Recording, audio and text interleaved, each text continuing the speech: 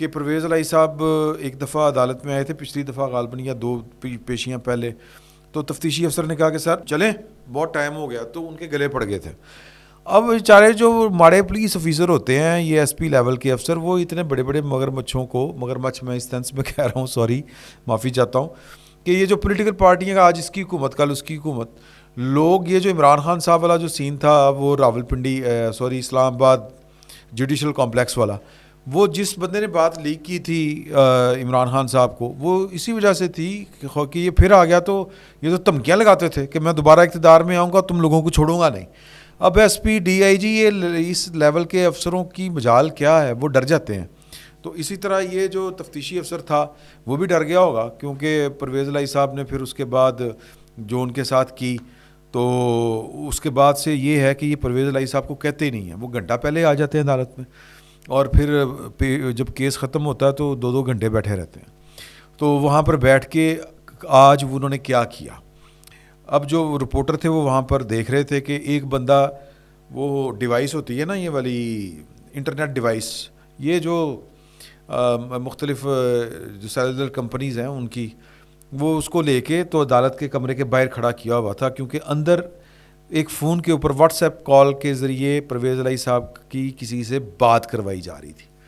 اب پرویز الہی صاحب بڑے آدمی ہیں, یہ بات کرتے تھے جنرل فیض حمید کے ساتھ, یہ بات کیا کرتے تھے جنرل باجوہ صاحب کے ساتھ, ان دنوں پتہ نہیں کس سے بات کرتے. یہ ویسے سوچنے والی بات ہے. میں نے رپورٹروں سے پوچھا یار تسی اتنے سو کوئی کان لا کے سن دے کدے نال گل کر رہے ہیں, کہتے نہیں وہ ماحول نہیں بنا تھا. تو ایک رپورٹر کا خیال ہے کہ شاید مونس الہی صاحب کے ساتھ واہ گھنٹہ ڈیڑھ گل کی تھی, شاید وہ ہوں. تو آج انہوں نے جو گفتگو صحافیوں کے ساتھ کی, اس گفتگو میں ایک ہلکی سی انہوں نے بات کی کہ وہ خان صاحب میری ساتھ والی بیرک میں ہیں, اور ان سے جناب IMF والے اور دیگر جو سفیر ہیں وہ آ کے ملاقاتیں کرتے ہیں.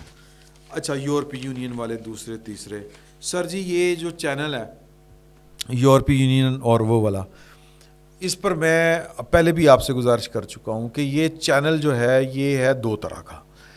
ایک چینل ہے, بلکہ ایک ہی طرح کا ہے, اور وہ چینل ہے ان کے سابقہ سسرالیوں کا.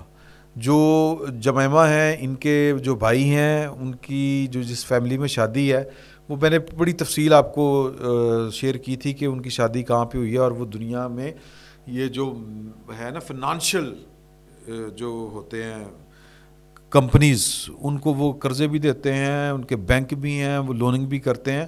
یہ جو پیرس کلب ہے نا, پیرس کلب, یہ کون سا کلب ہے؟ یہ IMF کے پاس جو فنڈ ہوتا ہے, پیسے یہ کن کے ہوتے ہیں سر؟ یہ یہودیوں کے پیسے ہوتے ہیں.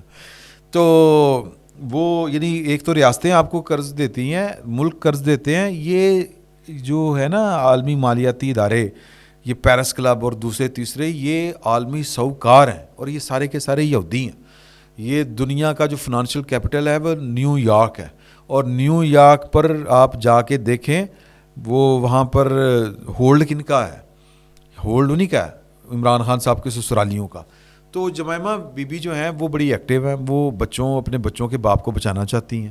یورپی یونین اور یہاں پر امریکہ, برطانیہ, آسٹریلیا اور لنڈن, اس کے جو خیر برطانیہ لنڈن ایک ہی بات ہے, ان کے جو سفارتکار ہیں, سفراء کرام ہیں, وہ پورا لائن کے اندر ہیں, جس کو کہتے ہیں نا رابطے میں ہیں, ادھر اپنے ممالک کے ساتھ, اور پیچھے کون ہے؟ جمائمہ خان کے ددیال والے, اور ادھر جناب خان صاحب کے ساتھ وہ ریاست کے ساتھ وہ لنک ہے. تو جو IMF والوں کا عمران خان صاحب کے ساتھ آ کے مذاکرات کرنا, بات چیت کرنا, وہ بیسیکلی وہی ہے. آپ کو پتہ ہے نا کہ IMF نے پاکستان کو جو قرض دینے کا شیڈول بنایا ہے وہ اسی حساب سے دیا ہے کہ بظاہر تو وہ کہہ رہے ہیں ہمارا کوئی نہیں آپ کے اندرون معاملات سیاست سے کہ آپ الیکشن کب کرواتے ہیں کب نہیں کرواتے, لیکن انہوں نے جو قرض دی ہے نا کہ دوسری قسط, اب یہ آج $70 کروڑ کی کہ $72 کروڑ کی ہوئی ہے نا اپروول. اب یہ وہ جو ایگزیکٹو سطح کا جو ہونا ہے بورڈ آف گورنرز والا جو اجلاس ہوگا, اس میں اس کی اپروول ہوگی. تو اس میں جو یعنی وہ ان کا نقطہ نظر یہی ہے کہ ان کو پاکستان کو انتخابات کی طرف, وچ از گڈ, لیکن انتخابات کی طرف لا کے عمران خان صاحب کو بچانے کی صحیح کی جائے. اور وہ جو میٹنگ ہوئی تھی جس میں شاہ محمود قریشی, اسد عمر, اور پھر یہ جو اپنے ہیں کیا نام ہے ان کا، فواد چوہدری صاحب، وہ جو رگڑے گئے ہیں، یہ سفارتکاروں سے مل کے یہی پلان کیا کرتے تھے کہ دباؤ ڈالیں پاکستان کے اوپر. تو یہ بیسیکلی اگر جو یورپی یونین اور جو یورپی سفرائے کرام ہیں وہ عمران خان صاحب کے ساتھ رابطے میں ہیں، تو اس کے پیچھے کہانی وہی ہے کہ اپنا بندہ نو بچانا ہے سر. اور وہ بینظیر بھٹو گئی تھی جو بش کے دور میں، بش سینئر کے دور میں امریکہ، تو وہاں پر انہوں نے کہا تھا کہ وہ عمران خان کا کیا حال ہے، تو بینظیر بھٹو کہتی میں ششدر رہ گئی. یہ ہمارے عامر بھٹا صاحب پرانے جرنلسٹ ہیں، یہ بات بینظیر بھٹو نے بڑے حیرت انگیز جو ایک ہوتا ہے نا طرز عمل، یا حیرت زدہ ہو کے یہ بات جن رپورٹروں کو یا صحافیوں کو بتائی تھی جس بیٹھک میں، وہاں پر عامر بھٹا صاحب بھی موجود تھے. یہ وہ راوی ہیں کہ وہ کہتے تھے کہ ہی از آور بوائے، یہ الفاظ تھے ان کے، ہیں جی ذہن میں رکھیں کہ بڑا. اور یہ آخری بات، یہ جو سائفر والا معاملہ ہے یہ انیشیٹ کہاں سے ہوا اور کیوں کروایا گیا؟ یہ ایک پاکستان کے اعلیٰ نسل کے بیوروکریٹ ہیں. یہ ان کا خدشہ ہے کہ اگر آپ وہ جو ہے نا مجید صاحب، کیا نام تھا ان کا، جو پاکستان کے سفیر تھے امریکہ میں، جنہوں نے لکھا تھا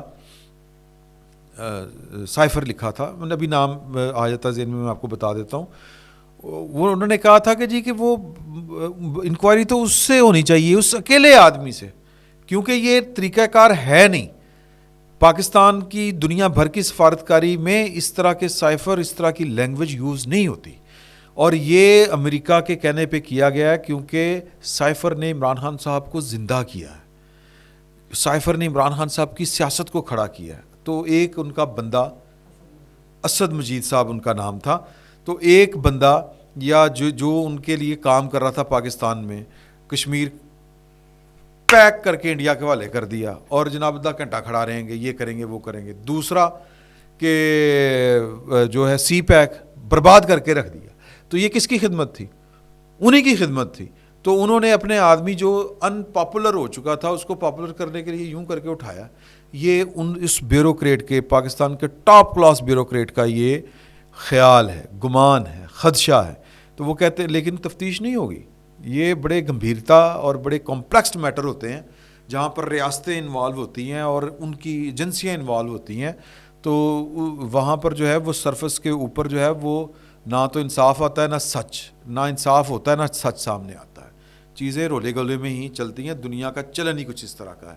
تو لیکن ہمیں یہ نظر آ رہا ہے کہ عمران خان صاحب کو ویسٹ جو ہے وہ پوری سپورٹ دے کے کھڑا ہے. تو آگے دیکھیں کیا ہوتا ہے. آخری بات جو صدر مملکت نے کہی ہے امریکی نشریاتی ادارے کے ساتھ انٹرویو کرتے ہوئے، انہوں نے کہا کہ یار کہ بات یہ ہے کہ میں کسی ایک پارٹی کا ترجمان نہیں ہوں، میں میرے اوپر یہ الزام غلط ہے. اور دوسری بات انہوں نے جو کہی، جو میں 3 پوائنٹ آپ کو بتاؤں گا، جو بیسیکلی وہ عمران خان صاحب کو انہوں نے کہا تھی کہ ساڑی بس وٹو لڑا ایس تو اگے نہیں اپنی نہیں چل دی. انہوں نے کہا کہ مجھ سے ہر قسم کی جو بھی توقع رکھنا چاہے رکھے، لیکن میں تو آئین سے باہر نہیں جا سکتا. یہ کس ضمن میں انہوں نے کہا؟ یہ اس ضمن میں کہا ہے کہ خان صاحب جو ہیں وہ پیغام بھجواتے ہیں پبلکلی کہ عمران خان صاحب صدر عارف الوی سے خوش نہیں ہیں، ان کی توقعات کے اوپر پورا نہیں اترے. انہوں نے کہا میں توقعات کے اوپر نہیں اترنا چاہتا، نہ میں اتر سکتا ہوں، میں نے آئین کے مطابق چلنا ہے. تو یہ انہوں نے ہاتھ کھڑے کرتے ہیں نہ بھائی. اور پھر ان سے سوال یہ بھی ہوا کہ آپ نے تو بڑی کوشش کی تھی کہ پاکستان کی فوج اور عمران خان صاحب کی صلح صفائی کروا دی جائے. تو انہوں نے کہا کہ یہ صلح جو نہیں نہ ہوئی، اس کے پیچھے کئی ایک وجوہات ہیں. یہ بات کہہ کے انہوں نے ٹال دی ہے.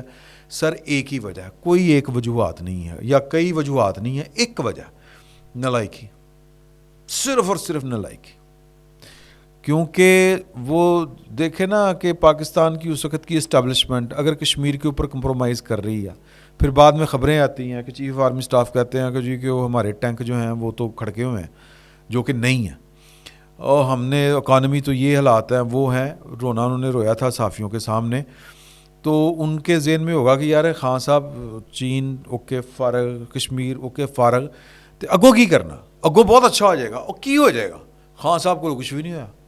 یعنی کہ ہاتھ کٹوا کے امریکہ کے حوالے کر دیے یا جس کے حوالے بھی کر دیے. میں کوئی الزام نہیں لگا رہا، جو سرفس کے اوپر ہے جو چیزیں نظر آتی ہیں یعنی جس کو کہتے ہیں نا سرسری سا جائزہ بھی لیں تو نظر آتی ہیں. اس کے بعد بھی خان صاحب جو ہیں وہ ایک ٹھیلے کا پاکستان کا فائدہ نہیں کر سکے بلکہ الٹا نقصان کر گئے. خواب چکنا چور ہوئے ہیں پاکستان کی فوج کے, پاکستان کی اسٹیبلشمنٹ کے. وہ خواب کیا تھے کہ ان دونوں کو مار بھگائیں گے پارٹیوں کو, یا اکلی پارٹی چیتا شیر یہ کہتا ہے, اور پوری جو ہے وہ اوورسیز جو ہیں وہ اس کے دیوانے, امریکہ یورپ اس کا دیوانہ, جناب یہ پیسے لے کے آئے گا ڈالر ڈما ڈم تے شپا شپ, ہیں جی اسی جناب نغل پانی چلے گا, موجاں لگنگیاں. آیا تو جناب گھگو بھی نہیں, کدو نہیں ہوا جس کو اردو میں کہتے ہیں. تو اس کا پھر کیا ہے کہ مطلب کھایا پیا کچھ نہیں, گریبان پھاڑا باران نے. میں گلاس توڑا نہیں کہہ رہا, گریبان کس کا پھاڑا؟ فوج کا, جرنیلوں کا. اور وہ کیا کہتے ہیں کہ اپنے عرفان صدیقی صاحب کے اہل کوکاف کو سبق جو ہے وہ جو انہوں نے حاصل کرنا تھا وہ ان کو تاریخ کا سبق مل گیا ہے. پتہ نہیں ملیا کہ نہیں ملیا, لیکن چلیں وہ جو صدر صاحب کہہ رہے ہیں نا کہ بھی بڑی وجوہات ہیں, کوئی وجہ نہیں, یہی وجہ خواب چکنا چور کیے ہیں اس بندے نے پاکستان کی سیکیورٹی اسٹیبلشمنٹ کے, پاکستان کے فوجی جرنیلوں کے. اینو معافی کوئی نہیں ہے گی. فی الوقت اتنا, بہت بہت شکریہ.